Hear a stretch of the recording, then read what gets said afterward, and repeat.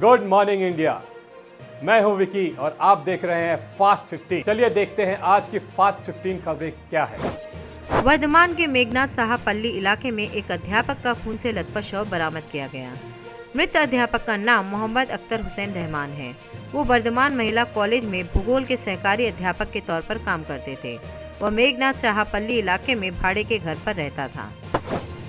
विधानसभा चुनाव से पहले हथियारों की सौदागरी की धरपकड़ में जुटी कोलकाता पुलिस की खुफिया टीम ने 3 बंदूक सप्लायर्स को गिरफ्तार किया है। पूर्व मेदिनीपुर के चंडीपुर थाना अंतर्गत 116B राष्ट्रीय राजमार्ग पर दीघा से कोलकाता जाने वाली एसी बस और एक ट्रक के बीच टक्कर हो गई। हादसे में एक महिला की मौत हो गई। जानकारी के मुताबिक दीघा से कोलकाता जाने वाली बस गढ़ग्राम के पास ओवरटेक करने की कोशिश कर रही थी। इसी दौरान बस अनियंत्रित होकर काथी जाने वाली ट्रक के साथ जा टकराई।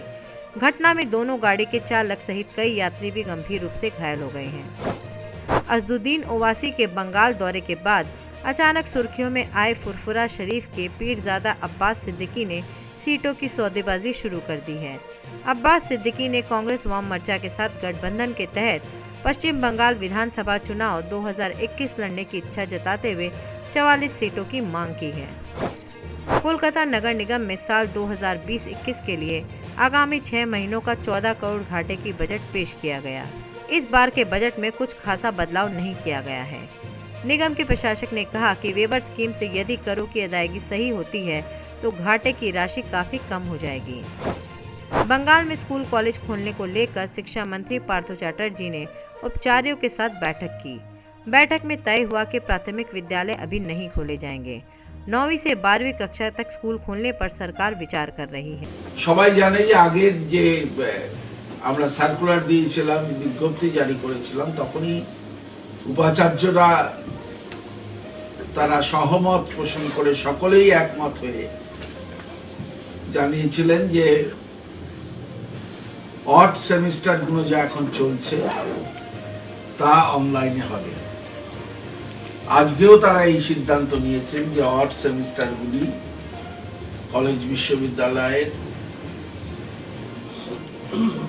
অনলাইনেই হবে, যা শেষ হয়ে যাবে 31শে মার্চের মধ্যেই।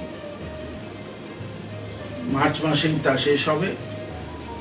সুতরাং এই অবস্থায় তাদের যে সিদ্ধান্ত উপাচার্য সমূহের তা হচ্ছে অনলাইনেই অড সেমিস্টার গুলো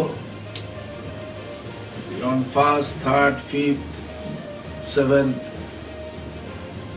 যার যেরকম আছে সেভাবেই চলবে। 2 নম্বর সিদ্ধান্ত তারা আমাদের জানিয়েছিলেন, আমরা গ্রহণ করেছি সবাই আলোচনা করে। তারা যখন চাচ্ছেন না যে হোস্টেল খোলা হোক। अलीपुर द्वार में ममता ने राजीव बनर्जी पर वन विभाग में नियुक्ति में घोटाला करने का आरोप लगाया। वर्धमान के गुड़ुप में राजीव बनर्जी ने इस पर पलटवार करते हुए कहा, जो ज्यादा भ्रष्टाचारी किया वो तो भागेगा ही, उसको भागने दो।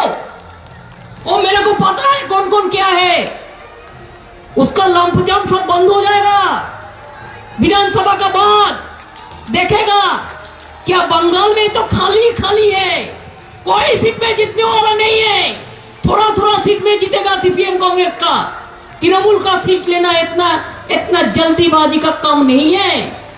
আমি জানি যে ছেলেটা আমাদের থেকে চলে গেছে, जो हमारे साथ थे लेकिन अभी चला गया, বন সহায়ক অ্যাপয়েন্টমেন্ট নিয়ে ও কিছু কারসাজি করেছে। এই কমপ্লেন আমাকে बहुत सारे आदमी ने दिया है। हम उसको इन्वेस्टिगेशन कर रहे हैं, हम उसको इन्वेस्टिगेशन कर रहे हैं। আজকে আলিপুর দুয়ারে একটা সভা ছিল, সেই সভা থেকে তিনি নাম না করে তিনি আজকে বলেছেন যে বন সহায়কের চাকরিতে কারসাজি হয়েছে, উনি তদন্ত করবেন। আর আমি আজকে মঞ্চ থেকে দায়িত্ব নিয়ে বলে গেলাম, উনি নাম নেননি কিন্তু আমি নিয়ে বলছি, আপনাকে সম্মান জানিয়ে বলছি মাননীয় মুখ্যমন্ত্রীকে, যে জেনে রাখুন এই বন সহায়কের নিয়োগ আমি নিরপেক্ষভাবে বোর্ডের হাতে তুলে দিয়েছিলাম।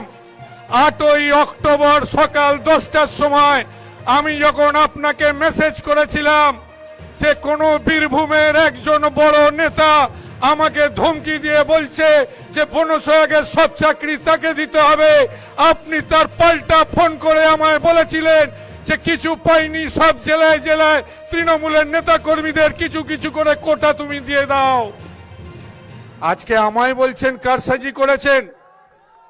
আমি এতদিন মুখ খুলিনি, আমি আজকে আপনার কথার পরিপ্রেক্ষিতে মুখ খুলতে বাধ্য হলাম। कानपुर में दिन दहाड़े किडनैपिंग का एक वीडियो सोशल मीडिया पर वायरल हो रहा है। वीडियो में एक गाड़ी से कुछ लोग उतरते हैं और राह चलते एक छात्र को गाड़ी में ले लेते हैं। ये सारा मामला वहां के लोकल सीसीटीवी में कैद हो गया। पुलिस मामले की छानबीन में लग गई है। देश में जारी किसानों का आंदोलन दुनिया भर में सुर्खियां बटोर रहा है। अब अमेरिका की ओर से भी इस मामले में प्रतिक्रिया दी गई। अमेरिका का कहना है किसी भी विवाद या प्रदर्शन को लेकर दोनों पार्टियों में चर्चा होनी चाहिए और बातचीत के जरिए मसले का हल निकलना चाहिए। अमेरिका विदेश मंत्रालय के प्रवक्ता ने कहा कि हमें लगता है कि शांतिपूर्ण तरीके से जारी प्रदर्शन लोकतंत्र का हिस्सा है। किसान आंदोलन के बीच दिल्ली की केजरीवाल सरकार ने दिल्ली पुलिस की ड्यूटी में भेजी गई डीटीसी बसों को डिपो में तुरंत लौटने का निर्देश दिया है। बता दें कि ये सभी बसें किसान आंदोलन में आवाजाही के लिए अलग अलग सुरक्षा एजेंसियों द्वारा इस्तेमाल की जा रही हैं। दिल्ली पुलिस के पास करीब 586 बसें हैं जिन्हें लौटाने के लिए कहा है। परिवहन विभाग ने सभी डिपो को ईमेल भेजा है। दिल्ली के मुख्यमंत्री अरविंद केजरीवाल ने बृहस्पतिवार को प्रदूषण मुक्त दिल्ली के लिए electrical vehicle mass awareness campaign switch Delhi launch किया। सीएम केजरीवाल ने अपनी सरकार की इलेक्ट्रिकल व्हीकल पॉलिसी का जिक्र किया। पोल्यूशन को कम करने के लिए, दूर करने के लिए पिछले साल आपकी सरकार ने अगस्त के महीने में एक इलेक्ट्रिक व्हीकल पॉलिसी का ऐलान किया था, ईवी पॉलिसी बनाई थी। कहा जा रहा है कि अपने देश की तो सबसे अच्छी पॉलिसी है ही वो, दुनिया भर में चुनिंदा अच्छी पॉलिसीज़ में आती है आपकी दिल्ली की ईवी पॉलिसी। दुनिया के सबसे अच्छी पॉलिसीज़ में गिना जाता है इसको। उसे अब लग के अपने को लागू करवाना है। इस पॉलिसी के तहत हम लोगों ने अपने लिए एक बहुत एम्बिशियस विजन रखा है, एक बहुत एम्बिशियस सोच रखी है कि हमें दिल्ली में प्रदूषण को, जो वाहनों से, व्हीकल से प्रदूषण हो रहा है, उसको काफ़ी कम करना है। और हमारा टारगेट है, हमारा विजन है कि 2024 तक दिल्ली में जितने भी व्हीकल्स खरीदे जाते हैं उसमें कम से कम 25% व्हीकल जो हैं वो ईवी इलेक्ट्रिक व्हीकल्स होने चाहिए। अपने को इस तरह से पूरा खाका तैयार करना है। इसके लिए लोग ज़्यादा से ज़्यादा इलेक्ट्रिक व्हीकल्स खरीदें। दिल्ली सरकार बहुत बड़े स्तर के ऊपर इसमें सब्सिडी का प्लान बनाया है। जैसे अगर आप 2 व्हीलर या 3 व्हीलर खरीदते हैं तो लगभग 30,000 रुपये तक की आपको सब्सिडी मिल सकती है। अगर आप 4 व्हीलर खरीदते हैं तो आपको लगभग 1.5 लाख रुपए तक की सब्सिडी मिल सकती है।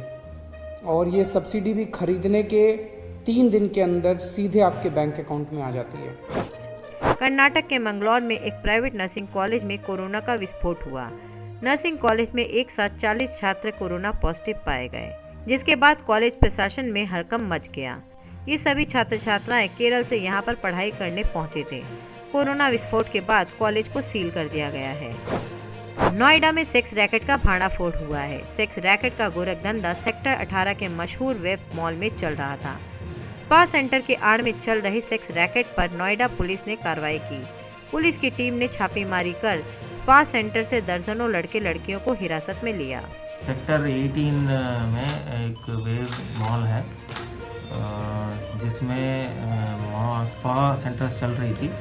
उस स्पा सेंटर्स में कुछ कस्टमर्स को प्रोस्टिट्यूशन को लूट किया जा रहा है, इस तरह का सूचना मिल गई थी पुलिस को।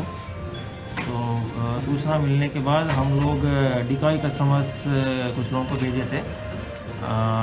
वहाँ लोअर ग्राउंड फ्लोर, फिर 3rd फ्लोर, 4th फ्लोर, फिर 5th फ्लोर, इस तरह का अलग अलग फ्लोर्स में टोटल 12 आसपास चल रही है। उसमें सभी में हम लोग डिकॉय कस्टमर्स भेजे गए थे।